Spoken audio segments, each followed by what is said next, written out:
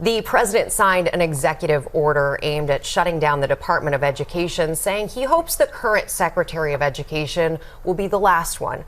But there are concerns about the impact. Our chief White House correspondent, Mary Bruce, is tracking the latest. Good morning, Mary.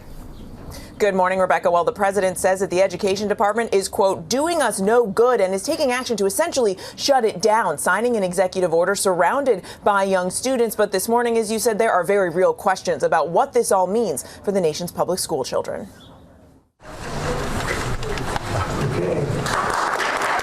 With the stroke of a pen, President Trump moving to eliminate the Department of Education. My administration will take all lawful steps to shut down the department. We're going to shut it down and shut it down as quickly as possible. It's doing us no good. Shutting down the department requires congressional approval, but the president trying to do everything in his power to dismantle it. It's already the smallest cabinet-level agency, and nearly half of its staff has already been laid off. The president has repeatedly promised to return education to the states. States already administer curriculum for the nation's students, and most funding for public schools is provided by state and local governments.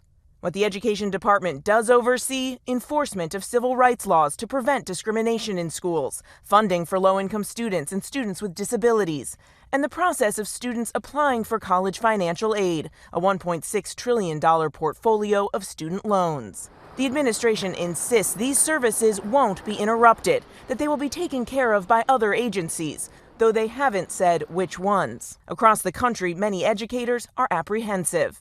John Arthur teaches 5th and 6th grade at Meadowlark Elementary in Salt Lake City, a school where many students are below the poverty line. It's terrifying.